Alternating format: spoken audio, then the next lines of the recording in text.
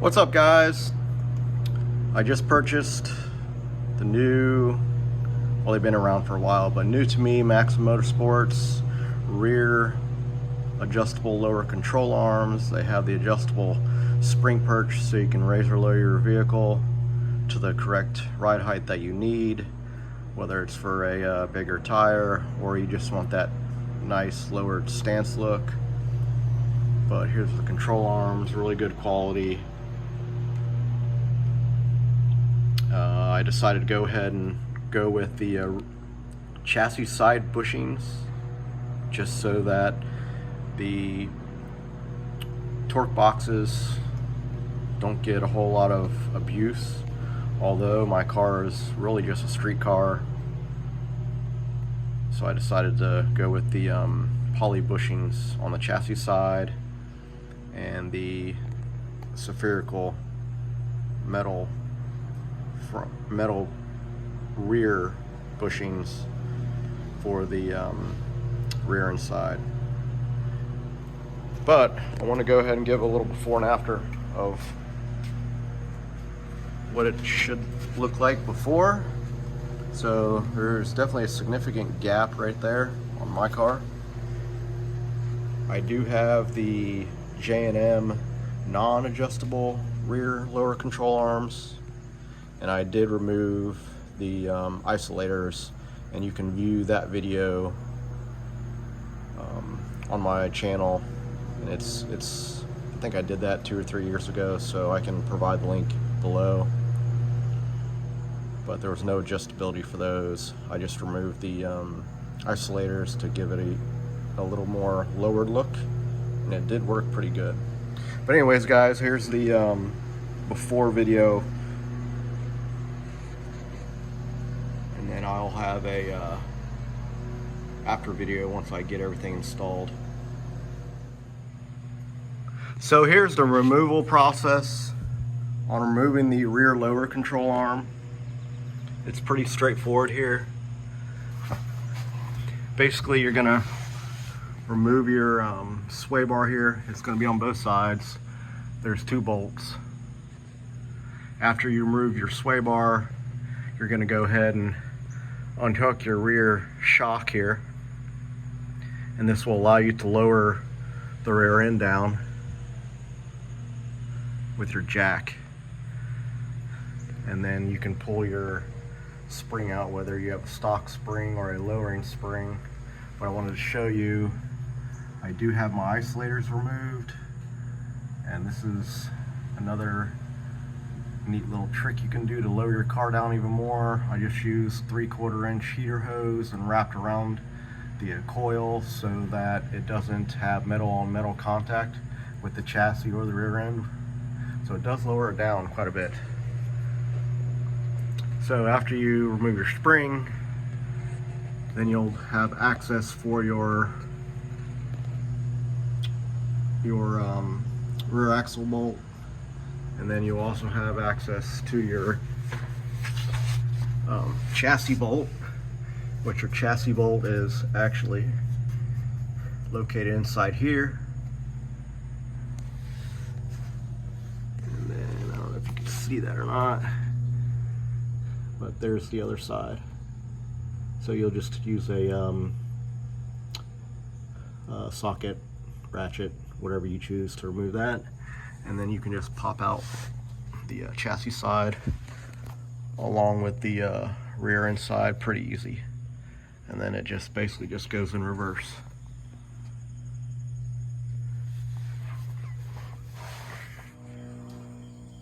Alright guys, so I'm at a point where I got the sway bar off, and I just took the bolts off from the rear shock here on both sides. So what you're gonna have to do is you're gonna have to slowly lower and raise the rear end so that the bolts will pop out. Now don't release your jack, just keep the jack underneath and your hand on the handle to tighten it up so that the rear end doesn't go all the way down.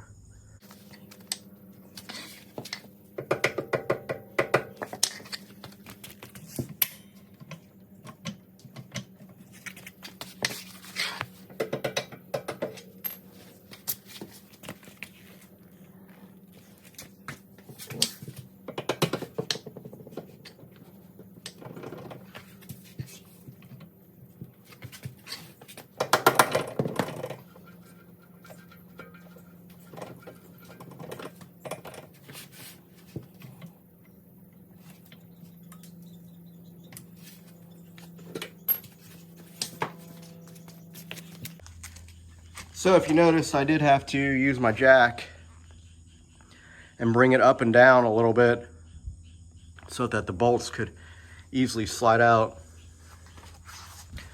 Now that you have the bolt free, you can slowly raise it down. Raise your jack down just a tiny bit.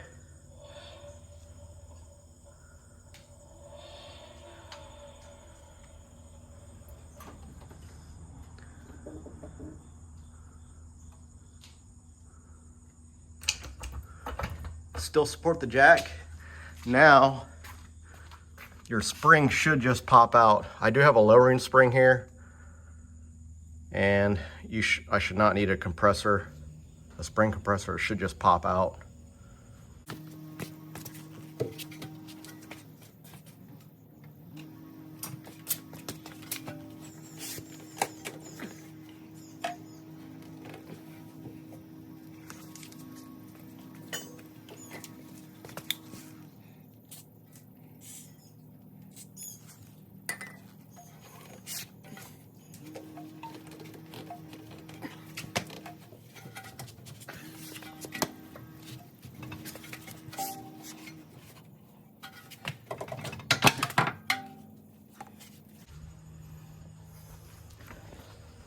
So there's the first one.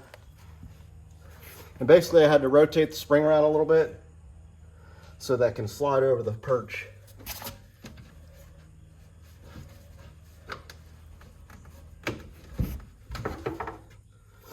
There's spring number 2.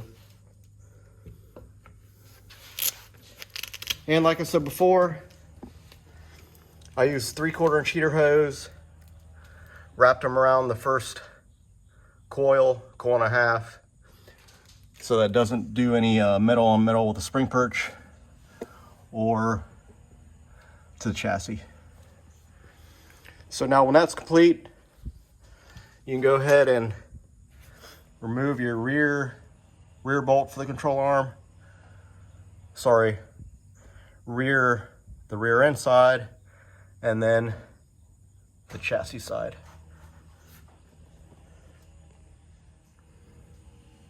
So once you get the spring out and the shock is just hanging there, make sure you support your jack. Support your rear end with the jack. You don't want that thing coming all the way down.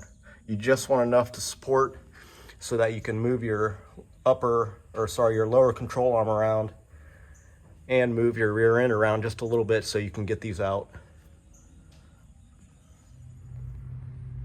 All right guys, so I'm at the point where I just installed the springs. Everything is bolted up except for the rear shock here. It's bolted up, I just didn't tighten it down yet. But everything looks good. It was a pretty straightforward install. Make sure you use a lot of grease on the bushings inside and out.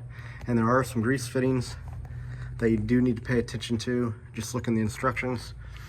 But did want to make note here, before you insert your spring, make sure your spring perch is threaded all the way down, otherwise you won't be able to get your spring perch in there. And then once you get your spring perch lowered all the way down, you can insert your spring, put your shock back on, tighten it down, and then you can adjust for your ride height. All right guys, well here it is, already all buttoned up. I'm ready to put the wheels on, sway bars on, springs, shocks, and the control arms. Everything fit pretty decent.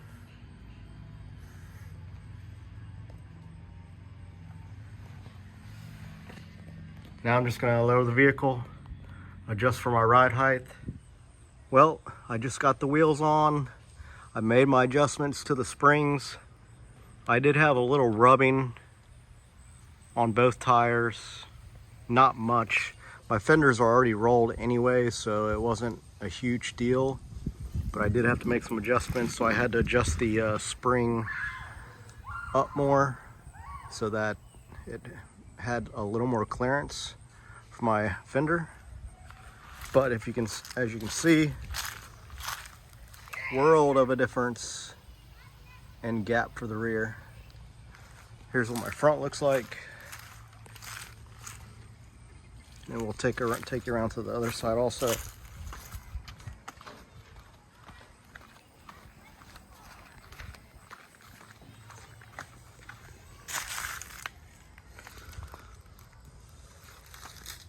Very, very minimal gap.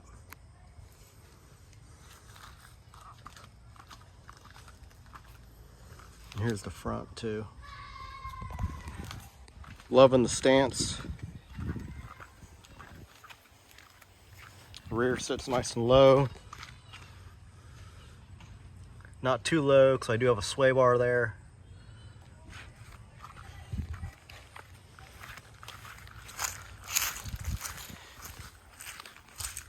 But let me know what you guys think, and if you do the install yourself on the Max Motorsports adjustable lower control arms, they definitely give that stance look in the rear without going to a full-on coilover setup.